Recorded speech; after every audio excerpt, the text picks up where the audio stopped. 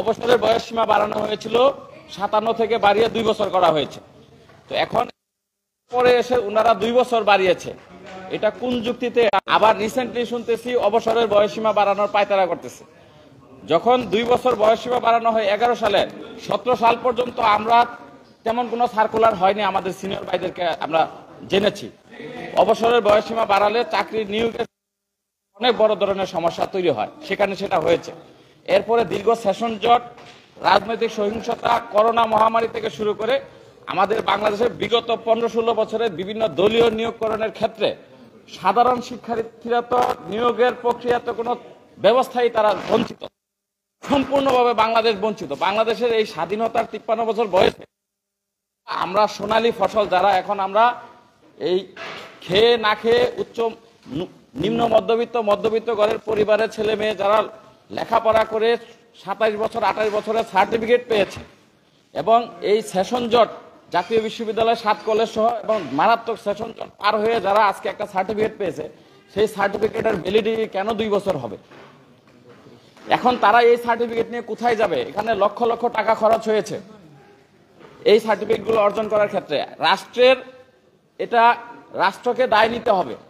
এতদিন আমরা রাজপথে কোনো বৈধ আন্দোলন সংগ্রাম অধিকার নিয়ে কথা বলতে পারি নাই। আমাদেরকে বিভিন্নভাবে দমন পীড়ন, নির্যাতন, মামলা, পুলিশ দিয়ে নির্যাতন, গ্রেফতার, অনেক কিছুই আমাদেরকে করেছে। এখন আমরা এই রক্ত দিয়ে, লাশের উপর দিয়ে, বিশ্বাস করবেন আমাদের 35 এবং কোটা, বয়স এবং কোটা দুইটা আন্দোলন একই সাথে ছিল।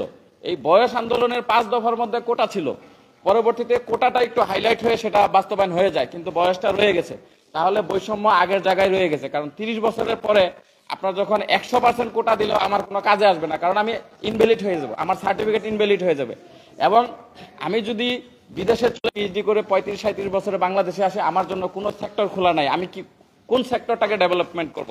আমি ধরেন আমি 25 বছর বয়সে বা 28 বছর বয়সে আমি বিদেশ চলে গেলাম, আমি 10 বছর জব করলাম, এখন মনে হলো বাংলাদেশে আসবো, এসে একটা সেক্টরে ঢুকবো, আমার সেক্টরে ঢুকবো, যে সেক্টরে আমি স্কিলড হয়েছি, সেই সেক্টরটা আমাকে কোনোভাবেই নিচ্ছে না, কোনোভাবেই নিবে না, সেই সিস্টেমই নাই। এই সিস্টেমটাকে ব্যান্ড করে দেওয়া মানে আমাদের দেশকে আমরা মনে করছি কোনো পরাধীনতার, অদৃশ্য পরাধীনতার শৃঙ্খলা আমার আবদ্ধ।